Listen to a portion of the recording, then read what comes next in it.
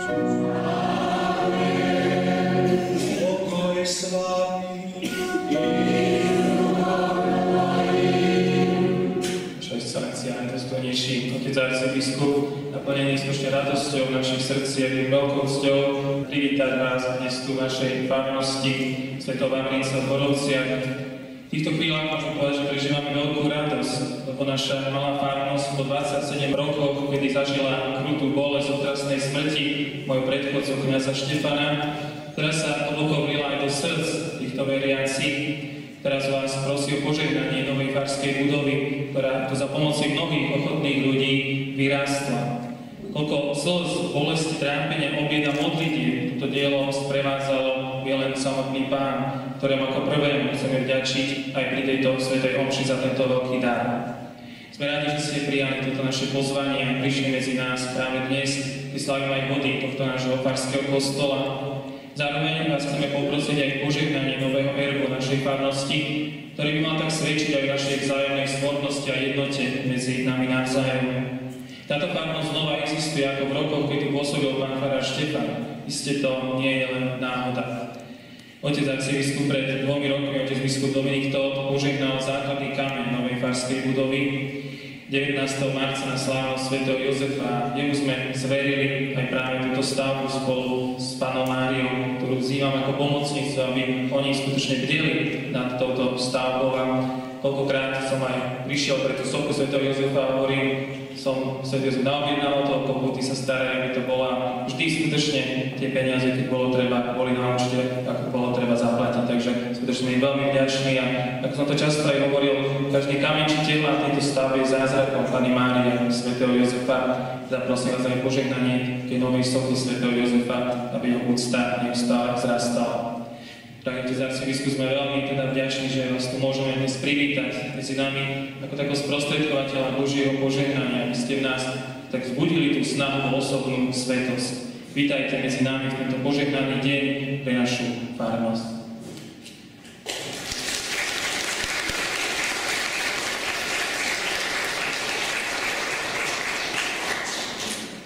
Veľa dostojný pán dekan, osvietený pápežský kaplán, otec Jozef, milý pán farár, duchovný otec farnosti, drahí moji bratia v kňazskej službe, milé reholné sestričky, bratia a sestry.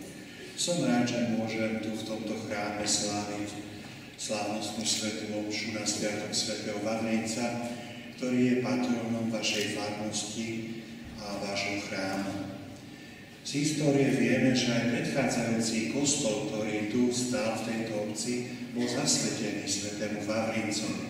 To znamená, že tá úcta veriacich voči tomuto svetcovi bola tu vždy veľká. Chcem vyjadriť svoju vďaku vám všetkým, že ste pod vedením vášho duchovného otca v takej krátkej dobe dokázali vybudovať také veľké dielo.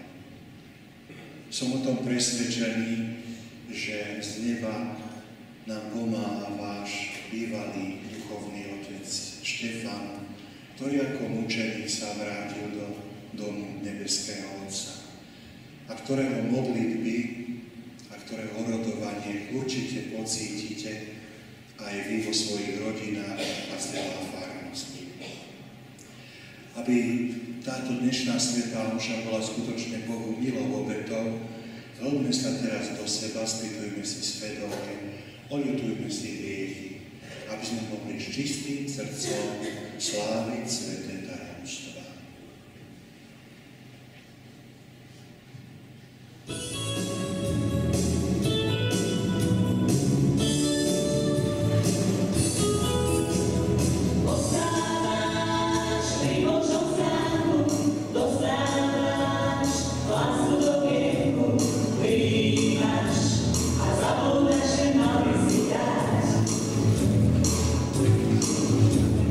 Srdce má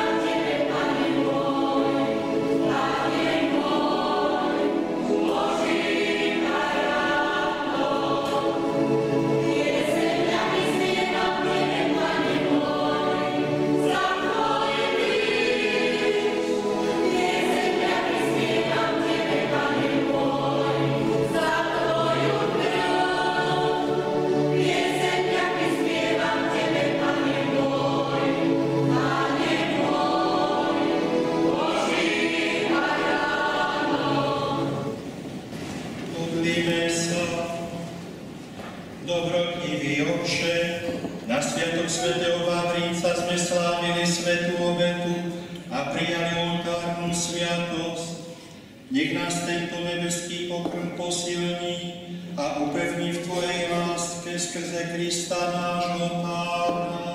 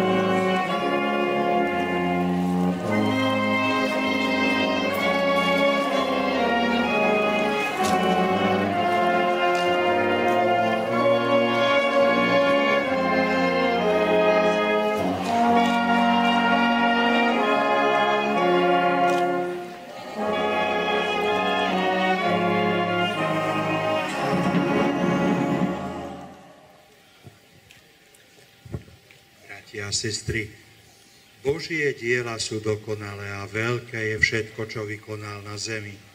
Prosme ho, aby zhliadoli na toto ľudské dielo, aby mohlo aj ono pomôcť šíriť Božie slovo všetkým ľuďom dobrej vôle. Bože Otče, veľké a obdivuhodné sú Tvoje skutky. Daj, aby táto stavba, ktorú dnes požehnávame, pomáhala k úprimnému a radostnému prežívaniu našej viery. Prosíme ťa. Bože, Ty si Boh všemohúci, roznesuj v obyvateľoch i návštevníkoch tejto budovy lásku k všetkým svojim blížnym a k Tvojej cirkvi. Bože, Tvoje cesty sú spravodlivé a správne, veď myslej srdcia všetkých, ktorí sa pričinilo stavbu tejto fary i tohto pastoračného centra, aby ľudská vďaka, ktorú im preukazujeme, neprevýšila vďaku, ktorú spoločne vzdávame Tebe. Bože, všetci chceme oslavať Tvoje meno, príď na pomoc nám, keď budeme zápasiť so slabosťami a bojovať za záchranu svojho svedomia a stavby svojho života.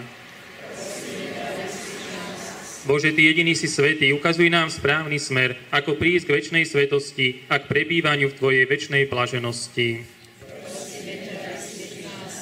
A teraz spoločne prosme všemohúce Boha Otca modlitbou, ktorú nás naučil náš Pán Ježiš Kristus. Otče náš,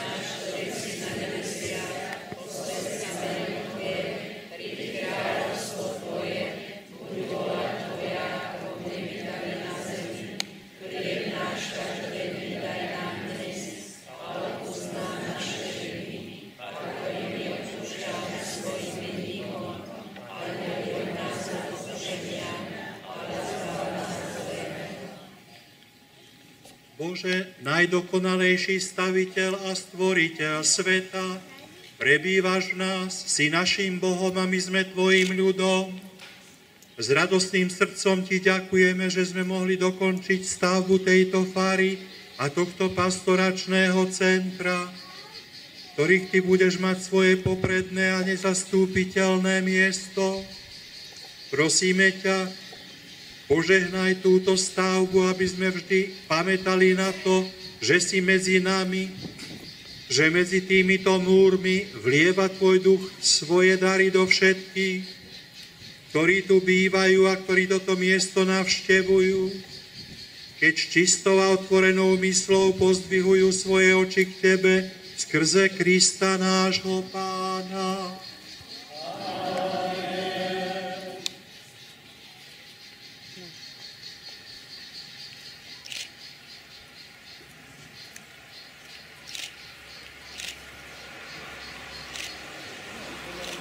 Teraz by sme požehnali sochu svätého Jozefa. Sláva Otcu i Synu i Duchu Svätému.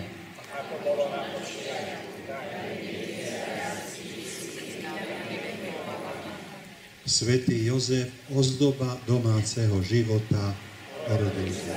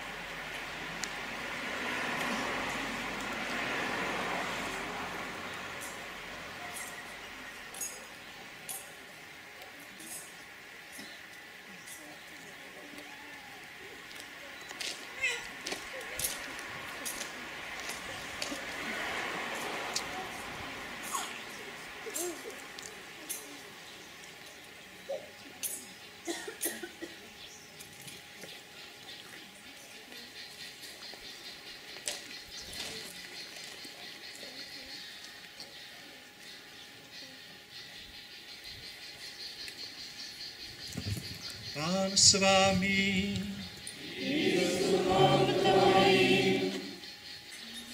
Pane, daj svojim veriacim hojnosť svojich darov, zdravie tela i ducha, bratskú svornosť a pokoj, radosť toho, že môžu slúžiť Tvojej cirkvi skrze Krista nášho Pána. Požehnanie všemohúceho Boha Otca i Syna i Ducha Svätého nech zostúpi na vás a zostane vždy s vami. Amen. Ešte teraz sme v krátkosti poďakovali. Chcem teda poďakovať vám všetkým, ktorí ste či už zboroviec alebo aj z Trebatíc sa našej farnosti ochotne, nezišne s láskou pomáhali pri budovaní tohto diela. Vy sami viete, koľko ťažkostí sme museli spolu prekonať. Isté veľká vďaka patrí aj tým, ktorí ste tu medzi nami, ktorí nám počas stavby pomáhali aj z iných farností. Bolo vás viacero, či už z Bratislavy, z Pastuchova, z Chinoran, z Krušoviec, z Čachtíc, z Nitrianskej Blatnice, z Novej Bošáce, z Piešťan, z Veselého a tak ďalej a tak ďalej. Veľmi si to vážime, že hoci sami potrebujete pomoc, ste nám veľmi pomáhali. Nech vám to dobrotivý Boh odmení. Ste sa nedajú všetci spomenúť, ktorí ste pomáhali vždy stáli pri tomto diele, ale ako za mňa, tak aj celú farnosť, skutočne veľká vďaka vám všetkým, ktorí ste priložili ruku k dielu. Poďakovanie patrí, neviem, či to je pán Dudej, u ktorého som býval tí 2,5 roka. Vlastne neviem, som myslím vám srdečne poďakovať. Skutočne to, čo spravil pre túto farnosť, je skutočne veľmi veľký dar, lebo vlastne nezišne, bez nejakých financií som tam mohol bývať a ktorým sme vlastne mohli prispieť aj do faru, čiže veľmi si to vážime a ceníme a veľmi mu ďakujeme. Poďakovanie patrí aj pánu starostovi, ktorý stál na začiatku tejto myšlienky, aby sem prišiel kňaz, podporoval stavbu fary a pomáhal pri budovaní tohto diela. Pán starosta, tak ďakujeme, že ste stáli pri nás, aj keď občas sme mali rozdielne nejaký názor, že sme sa zhodli potom nakoniec.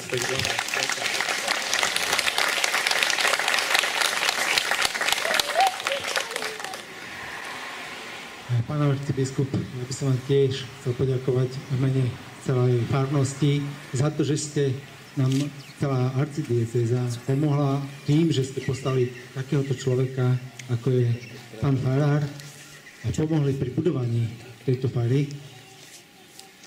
My si vážime celú tú pomoc jeho, nielen tým, že tu pomáhal, organizoval to, ale hlavne tú duchovnú pomoc. Zomkol celú farnosť dohromady a myslím si, že po tých 3 rokoch, ktoré tu pôsobí, tá farnosť znovu ožila. Lebo z toho historického hľadiska tá farnosť tu už je niekoľko generácií a veľmi to trápilo všetkých tých farníkov, ktorí tu boli, že farnosť po tom nešťastí, ktoré sa tu stalo, zanikla. A tým, že sa obnovila farnosť a prišiel takýto kňaz, aký je pán farár Patrik, tak je to pre nás Boží dar. Ďakujeme ešte raz. Máte si potom len pekne.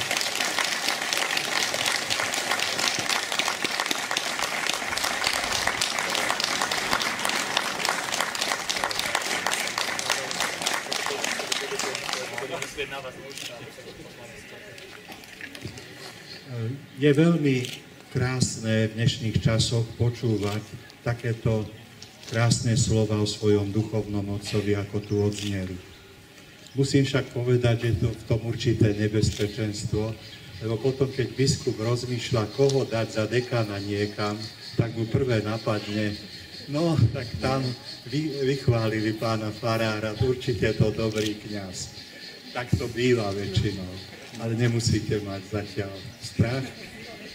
Chceme, aby si užil tú novú faru. No budeme sa tešiť z tej ďalšej radosti, ktorú tu budete prežívať v spoločenstve Božieho ľudu vo vašej borovskej farnosti. Pochválený buď Ježiš Kristus.